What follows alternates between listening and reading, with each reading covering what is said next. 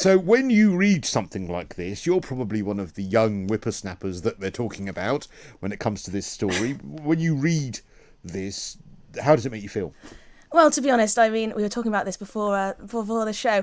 I got my vaccine purely because I read on the front page of the Times that we were going to need vaccine passports to go to things like pubs. And I just thought, you know what? I'm going to miss out if I don't get my jab. And that's what the eye's running with today. Get jabbed or miss out. And it's just the latest iteration of all of this. Do you feel that then that it worked? Because, here is where I stand, because we've not broadcast together before. I'll tell you where I am. I'm really pro-vaccine. I want people to take the vaccine. I want people to want to take the vaccine. I've said that many times before. I realise people's concerns. I realise some people have had side effects, but the proportion in comparison to the number that have taken them on an unprecedented level is quite small. Every vaccine has side effects, but I take people's concerns on board, and I take their concerns about the fact that there is no really long-term testing on this, because of course there hasn't been the time. But I would rather people have an open dialogue about that, rather than them being called anti-vaxxers, being insulted, or being told, more importantly, that the state mandates them not being allowed service for some reason. So I want someone like you to want to take it, but hearing that makes me think actually the state coercion has worked, because you thought, well, I'm not going to get my rights, so therefore I'm going to do what the state has told me to do. Yeah, I mean, I am living proof that coercion works. That doesn't make it morally or ethically right, though, does it? And the thing is, you say young people should get their vaccines, and sure, perhaps they should, but it's a very different, it's a very different calculation, isn't it, if you're in your mid-20s than it is if you're 82. It's a no-brainer to get one if you're 82, because the chance of dying of COVID is, well, it's there, and it's not there for me. So, that's why I was hesitant of it. And I had read, a few stories about how it may impact sort of women of childbearing age and all this. And I agree with you that the chances of anything bad happening taking a vaccine are slim to none. But it was really that coercive element from the state that just wound me up so much and made me want to stick my heels in and be stubborn. But then I gave in because fundamentally I don't want to not be able to work. I don't want to not be able to go on holiday. Does the argument that it might not be bad for you, but you could have a strain of it that is worse by not having the vaccine and then pass that on to someone else, was that remotely compelling to you? I'm not sure I buy that, the sort of collective, responsibility but isn't argument, that herd really. Immunity? Well, the thing is that most people now have antibodies for this. I think they said over 90% of people now have some antibodies for this virus. If you take a vaccine, I think that's to protect yourself. If my elderly grandmother has had the vaccine, she's doing as much as she can to protect herself. And also, we know that when you're double vaxxed, you can still pass it on. I mean, look at Sajid Javid, he was still unwell. Piers Morgan, still unwell, even though he had the vaccine. But you don't have as bad a bout of it with the vaccine. And isn't that the point? You're not as contagious, and the bout you would get would not be as bad. So it's not a foolproof perfect science, and I completely appreciate that. And also, there is an argument to say that natural antibodies aren't as potent as the ones from a vaccine. And it's, as part of a herd, it's, the reason we have things like measles and rubella and things like that coming back into schools is because of literally one or two pupils that might not have it, that therefore mean that the herd does not get fully immunised. So whilst there might not be a huge risk, it is sort of almost the duty of people to get immunised. None of that.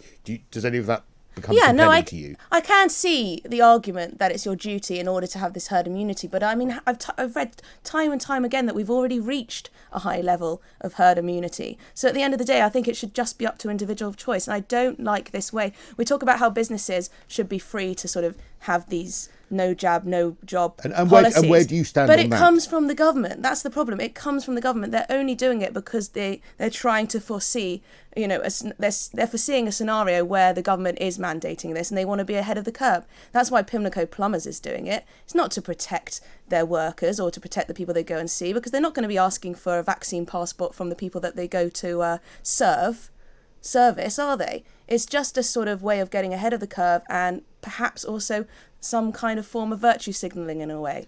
We're this kind of company.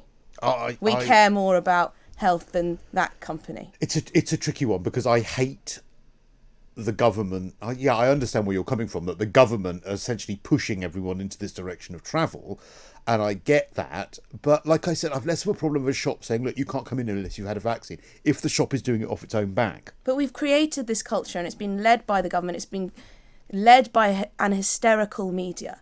I mean, I think if it weren't for the likes of Robert Peston, Beth Rigby, who else? Laura Koonsberg, asking those questions every day, pushing and pushing and pushing for lockdown, pushing for more restrictions, pushing for more limitations on our civil liberties, asking why on earth we're, even unlocking at any stage of this process. If it weren't for that, I don't think the government would have moved in this direction at all. But you do not think that was valid journalism in the context of the fact that Boris locked down? Because I was reluctantly pro lockdown early on. Mm-hmm. When we got to like the third lockdown, where he'd said it was ending and it wasn't, then obviously I started to change my mind massively. But isn't one of the big problems that Boris locked down too late on the first lockdown, therefore meaning that firstly we were always paying catch up, but secondly therefore his judgment when it came to lockdowns was called into question, so therefore it is good journalism to question his position regarding unlocking on the next lockdown?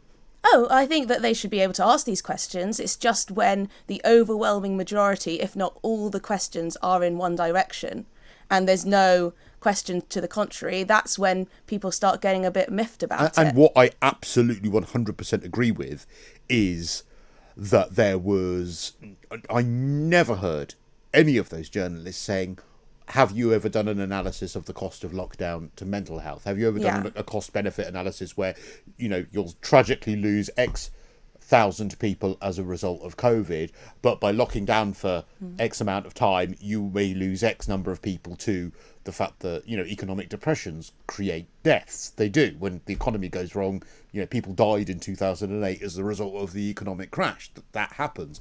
I never heard those questions being asked, which meant that people were then forming their own conclusions. And again, it's just about these sorts of things festering and then making people feel like there's something more sinister going on.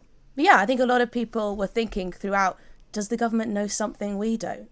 Is this some kind of killer virus that is going to, turn into some kind of plague? Has this got something to do with the Chinese authorities? There's a lot of conspiracy because it didn't seem to be transparent at all. But you said that you were sort of in favour of the lockdown to begin with.